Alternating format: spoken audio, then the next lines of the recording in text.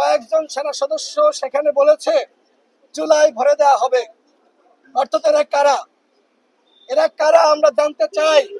জুলাইয়ের প্রতি, গণ অভ্যুত্থানের প্রতি যাদের রাক্ষোভ রয়েছে তারা কোনোভাবেই সেনাবাহিনীর সদস্য হতে পারে না।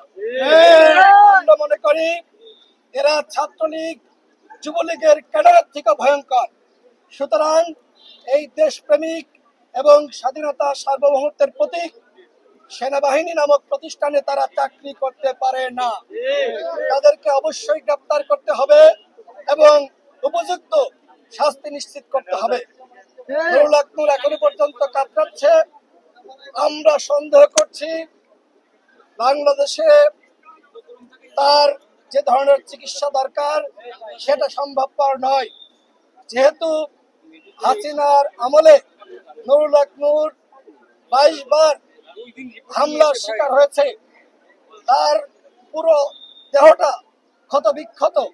সুতরাং এই মুহূর্তে তার উন্নত চিকিৎসার জন্য আমরা মনে করি সিঙ্গাপুর অথবা ইউকেতে নিতে হবে। এবং গতকাল সরকারের পক্ষ থেকে ঘোষণা দেওয়া হয়েছে নুরুল হক নূরকে উন্নত চিকিৎসার জন্য দেশের বাইরে নেওয়া হবে। আজকেও রাষ্ট্রপতি তিনি নুরুল হক নূরকে কল করে বলেছেন আপনাকে উন্নত চিকিৎসার জন্য দেশের বাইরে নেওয়া হবে।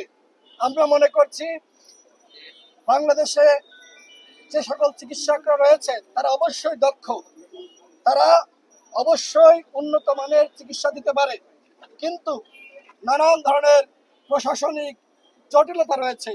আমরা সন্দেহ করছি এইখানে চিকিৎসা হলে নুরুল হক নূরের নিরাপত্তা বিঘ্নিত হতে পারে এবং তার জীবনের ক্ষেত্রে এক ধরনের ঝুঁকি নেমে আসতে পারে।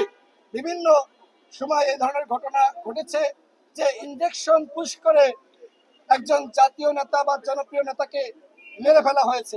সুতরাং নুরুল হক নূরকে যেহেতু সেনাবাহিনীর কতিপয় সদস্য এইভাবে হামলা করতে পেরেছে এবং আমাদের কাছে যেটি মনে হয় যে টার্গেট কিলিং এর উদ্দেশ্যে মূলত নুরুল হক নূরের উপর এই ধরনের হামলা করা হয়েছে।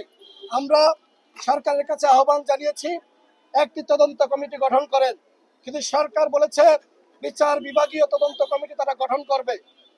আসলেই তারা সেটি করবে কিনা সেটি নিয়ে আমাদের কাছে সন্দেহ রয়েছে।